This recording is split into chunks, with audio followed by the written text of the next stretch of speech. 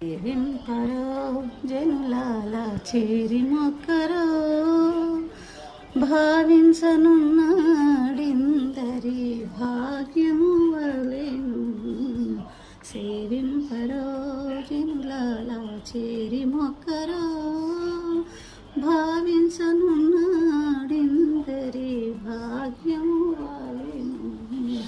సేవింపరో జనులాల చేరి మొక్కరో.